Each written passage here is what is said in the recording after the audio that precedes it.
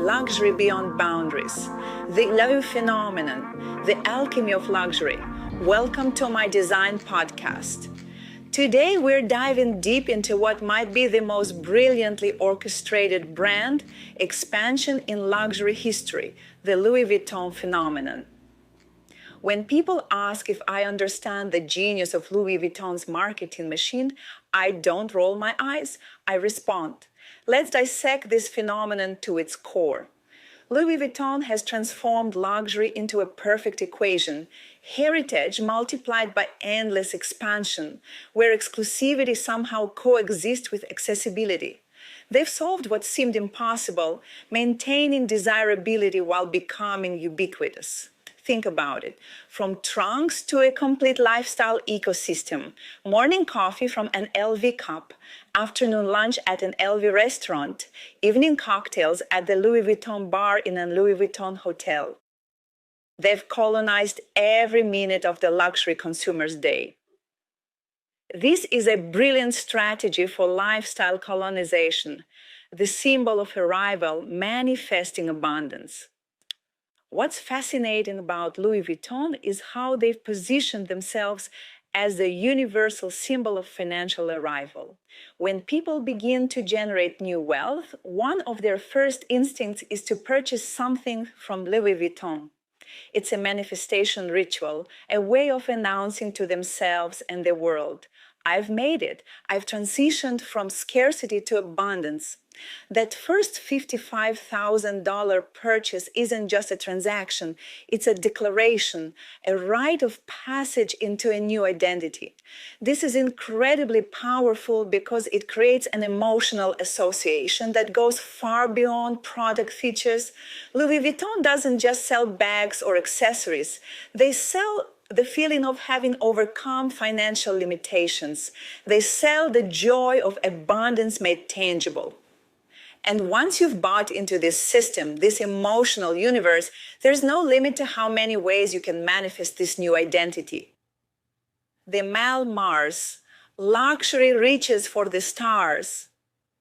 Let me tell you about one of my favorite Louis Vuitton stories, the Malle Mars trunk. To commemorate Apollo 11's 40th anniversary, Louis Vuitton created this futuristic marvel that looks like it belongs on a Star Trek set.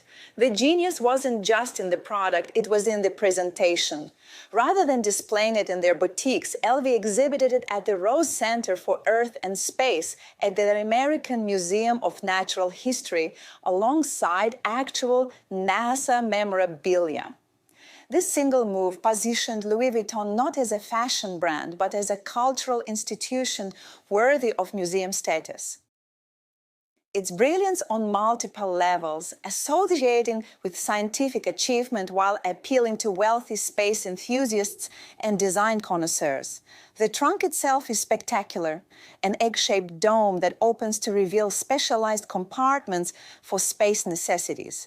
Tool storage, pharmaceutical drawers, and even a folding chair to enjoy Earth views.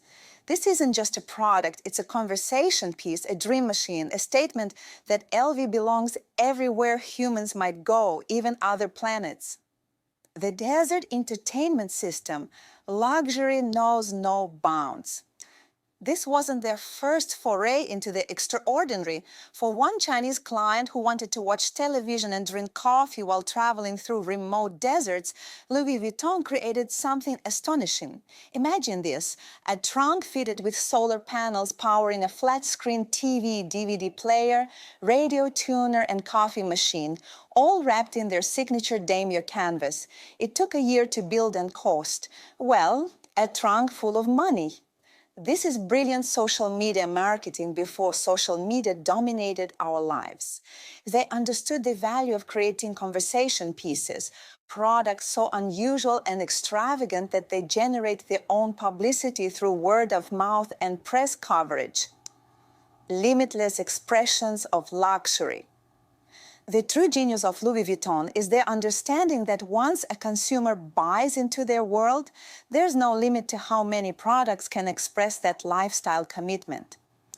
Their catalog reads like an exercise in creative extremism. Snowboard cases and the snowboards themselves, fold-in travel coats, record player cases, guitar cases, camera bags, cases for Chinese tea services, vases with their own custom carrying cases, and yes, even a conceptual Mars space capsule. Each item feels simultaneously unnecessary and essential, which is the perfect definition of luxury itself. These aren't products that solve problems. They're products that celebrate solutions you didn't know you needed. The formula, heritage times expansion.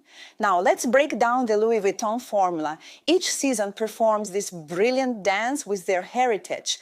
They pull the monogram created in 1896 from their archives and transform it into a skateboard, a tennis ball, or an inflatable pool.